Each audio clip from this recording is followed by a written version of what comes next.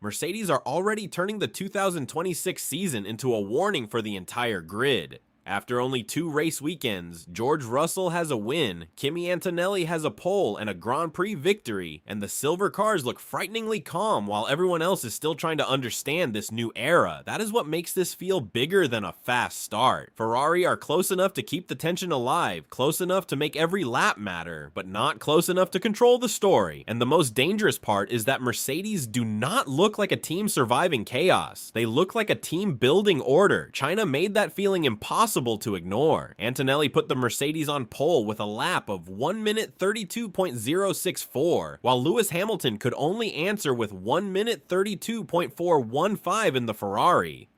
And once the race settled, the gap only grew sharper. Russell already sits on 51 points. Antonelli is right behind on 47, and Ferrari are chasing from there with Charles Leclerc and Hamilton split by a single point. The data tells a completely different story from the close fight people thought they were seeing. Ferrari can trade punches for moments, but Mercedes are landing cleaner blows over a full weekend, and that is where this battle stops looking simple. Ferrari are not just hanging on through hope though, and that is why this story is still alive. The SF26 keeps showing ideas that nobody can ignore, from the strange rear wing concept to the halo winglets that triggered questions right away, and Lewis Hamilton has already shown there is real speed in the car when the window opens. Oh, but here is what the paddock is not talking about. If Mercedes are winning with pace, tire life, and perfect points control, Ferrari do not just need one fast lap back. They need to beat the numbers that are already shaping this championship. George Russell is not leading this championship by accident. He is building it one clean weekend at a time. That is the shift that should worry Ferrari more than any single lap from Mercedes. Early season speed can disappear. Early season control is much harder to break. Russell took Australia, Antonelli answered in China, and suddenly, Mercedes are not relying on one man carrying the fight. They have 2 drivers taking turns applying pressure, and that changes the shape of the title race before most teams have even understood their own cars. Ferrari are still in the frame, but the points table is already starting to lean. Russell sits on 51 points after 2 rounds, Antonelli is right behind on 47, and Ferrari are the next pair with Charles Leclerc on 34 and Lewis Hamilton on 33. Those numbers matter because they show something bigger than pace. Mercedes are collecting the big results on Sundays and still finding extra ground in sprint format, which means every part of the weekend is feeding the same machine. Ferrari have been close enough to stay dangerous, but not efficient enough to slow the damage. A 1-point gap between Leclerc and Hamilton keeps the inter-team story alive, yet the real pressure is coming from the 2 silver cars ahead of both. That is why this opening phase feels more serious than a normal fast start. Mercedes have already turned race weekends into a points operation, while Ferrari are still trying to turn strong moments into lasting control.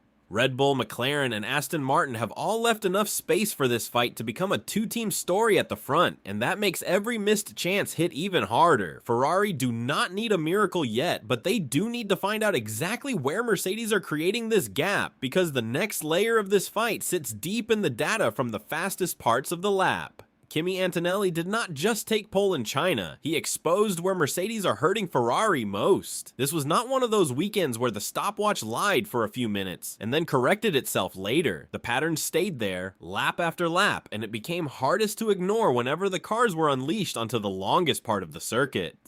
Ferrari could stay alive through parts of the lap where grip and balance mattered most, but once the speed kept building, the silver car looked like it had another layer to give. That is where this fight stopped feeling cosmetic and started looking structural. Antonelli's pole lap of 1 minute 32.064 put him ahead of Hamilton's 1 minute 32.415, and the gap was not spread evenly across the track. Ferrari were close enough in the opening part of the lap and looked sharp through the tighter middle section, but the real separation showed up where the engine, deployment, and end of the straight all start working together. That is why the talk around Mercedes has grown so loud. Some in the paddock point to compression ratio, others point to cleaner energy use, but nobody outside the FIA can prove the full picture yet.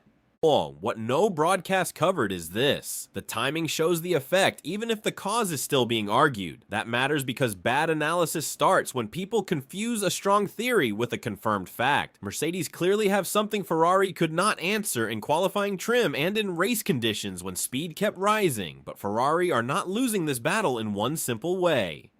Their starts have shown bite, their car can still attack in the right phase of a lap, and their drivers are not being dropped everywhere. The real problem is that one advantage for Mercedes seems to multiply into another once the stint settles, and that takes this story away from pure straight line speed and into the place Ferrari should fear most, tire life over a full race. Mercedes are not pulling away just because the car is quick.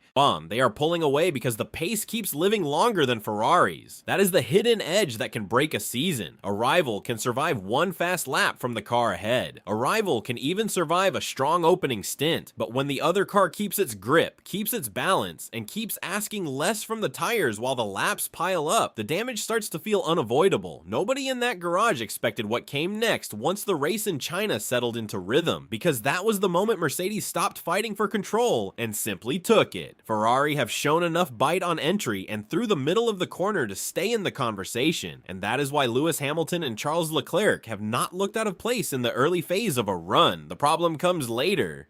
When the stint gets older and the track starts asking harder questions. Mercedes answer those questions with cleaner exits, calmer rear behavior, and a car that does not punish its tires the same way. That is why Antonelli could retake the lead in China and then stretch the race on his terms. The lap time was only part of the story. The real story was never about the lap time. That is where Ferrari's problem becomes far more serious than a missing few tenths. If the SF26 can produce flashes of speed, but the W17 can repeat its level for longer, then every stint becomes a slow shift toward Mercedes even before strategy starts to play its hand. For Ferrari fans, that is the uncomfortable truth sitting underneath the highlights. The car can threaten, but it cannot yet control.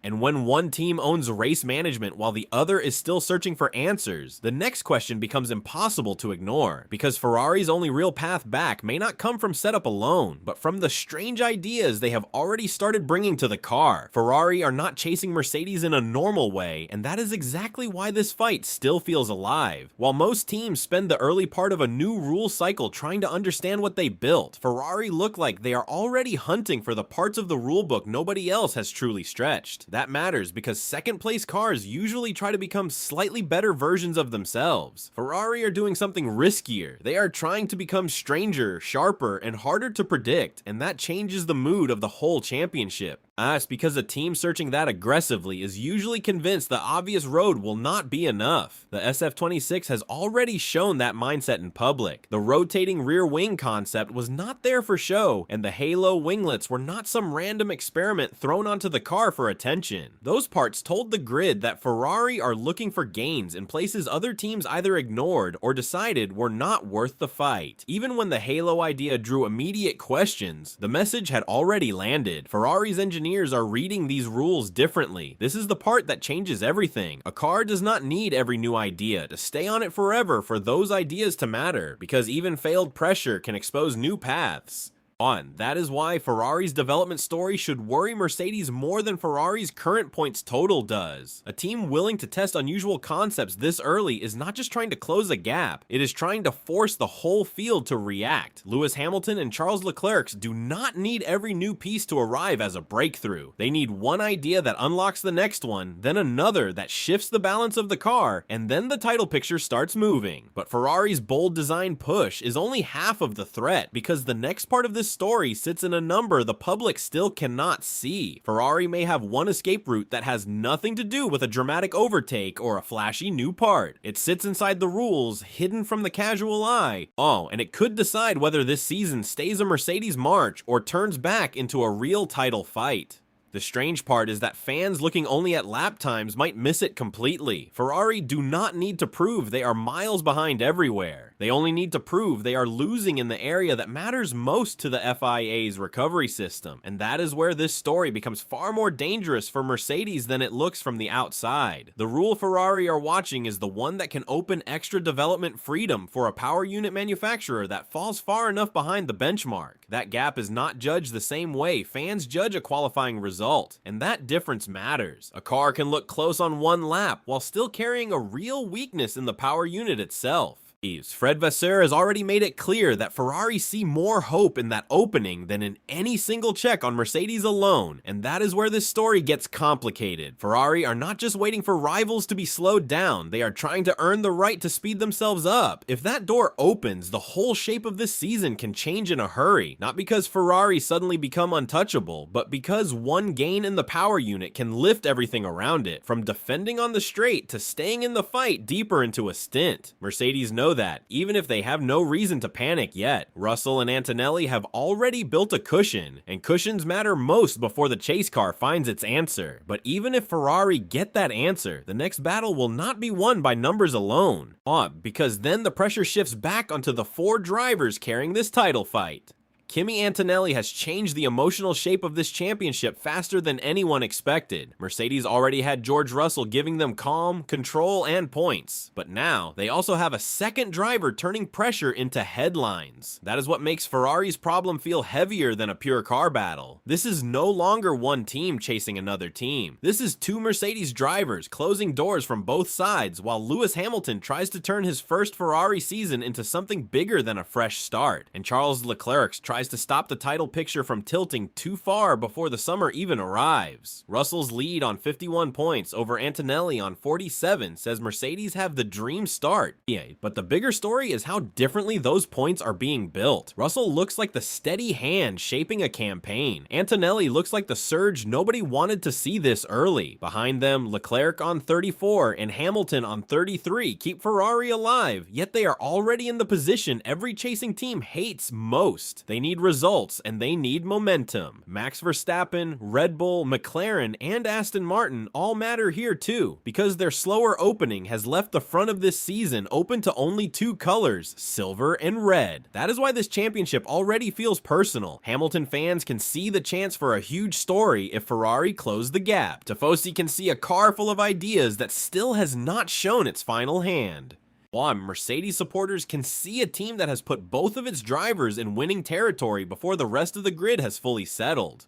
The numbers have created the pressure, but the drivers are the ones who now have to carry it through every start, every pit window, and every mistake. And that brings the whole story to the final question. Can Ferrari still change this fight, or has Mercedes already taken too much ground? Mercedes have the lead, the points, and the calmer car, but they do not have the championship locked away. That is the final truth hiding underneath everything we have seen so far. Russell has given them control. Antonelli has given them a second wave of speed and belief. Together, they have turned the opening of 2026 into the strongest start on the grid, but Ferrari are still the one team with enough raw pace. Enough bold thinking and enough pressure from behind to stop this season from becoming predictable. That is why this fight still matters. The gap is real, but so is the threat chasing it. Ferrari's path back is narrow, but it is there. Lewis Hamilton and Charles Leclerc do not need the SF26 to become perfect overnight. They need the next phase of the car to work. They need at least one of those unusual design ideas to pay off, and they need the power unit story to move in their favor at exactly the right moment. If that happens, the whole season can tighten very quickly, because a stronger Ferrari on the straight changes everything from qualifying trim to race defense. Mercedes know that their best weapon right now is time, because every clean weekend they bank makes the comeback harder to complete.